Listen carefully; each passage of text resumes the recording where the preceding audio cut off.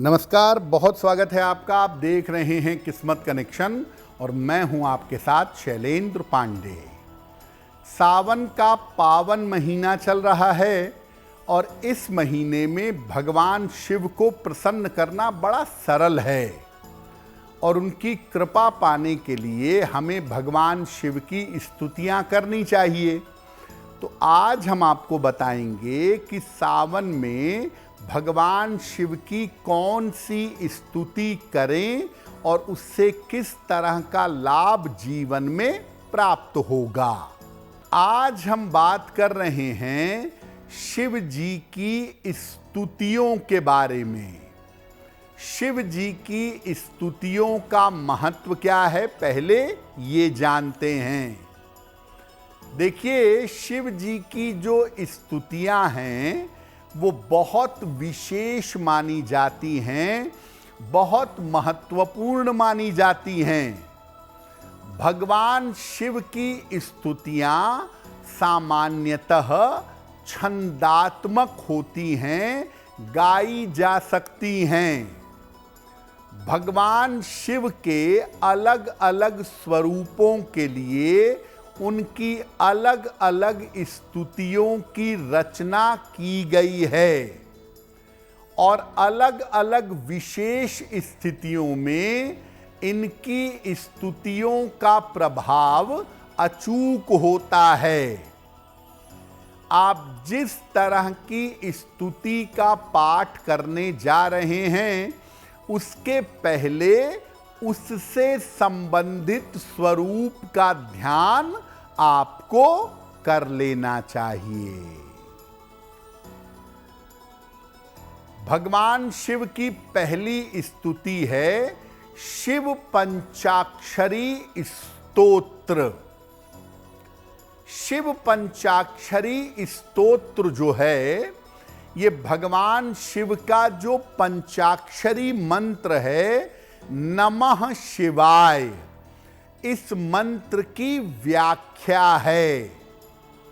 ये 5 तत्व पृथ्वी, जल, अग्नि, वायु और आकाश, ये 5 तत्व की शक्ति से भरा हुआ है।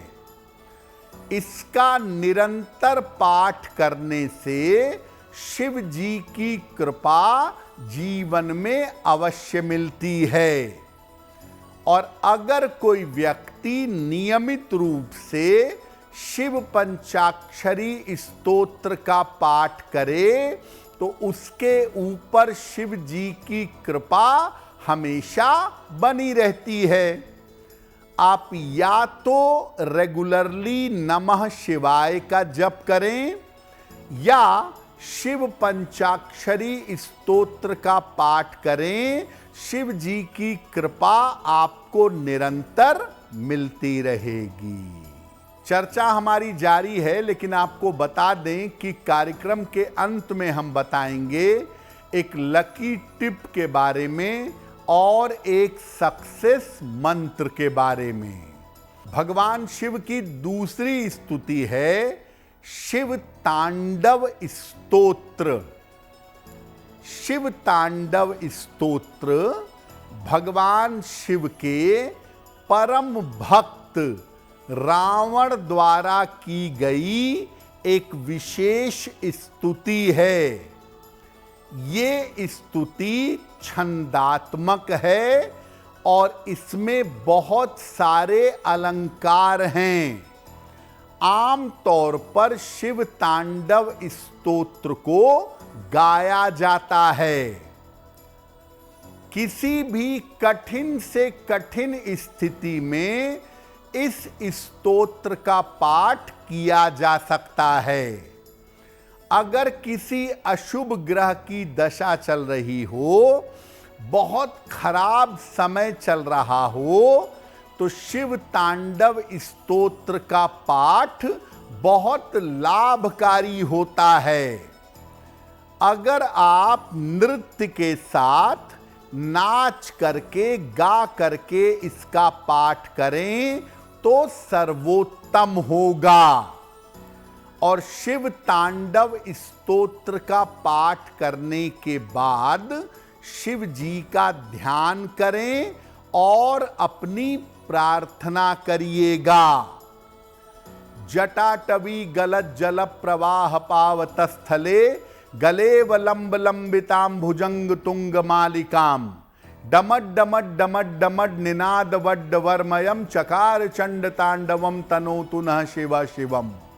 गा गाकर अगर शिव तांडव स्तोत्र पढ़ा जाए, कितना भी कठिन वक्त चल रहा हो, उस कठिन वक्त के प्रभाव से आपको छुटकारा मिलेगा। अब एक और बड़ी अद्भुत स्तुति की बात करते हैं, उसका नाम है दारिद्र दहन स्तोत्र। दारिद्र दहन स्तोत्र महर्षि वशिष्ठ के द्वारा लिखा गया है या रचा गया है। इसका पाठ रेगुलर करने से दरिद्रता का नाश होता है।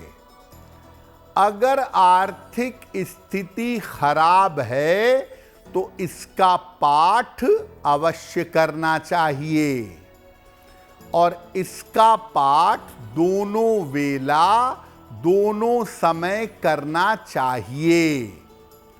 अगर आप दारिद्र दहन स्तोत्र का पाठ कर रहे हैं, दरिद्रता बहुत ज्यादा है, पैसे की कठिनाई बहुत है, तो सुबह शाम दारिद्र दहन स्तोत्र का पाठ करें और जितने दिन इसका पाठ करें सात्विकता बनाए रखें, मांस मदिरा इत्यादि का प्रयोग ना करें।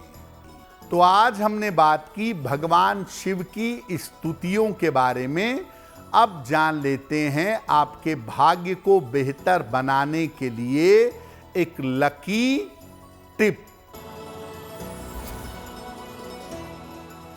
सावन के महीने में जितने भी दिन संभव हो, शाम के समय शिव मंदिर में दीपक जरूर जलाइएगा।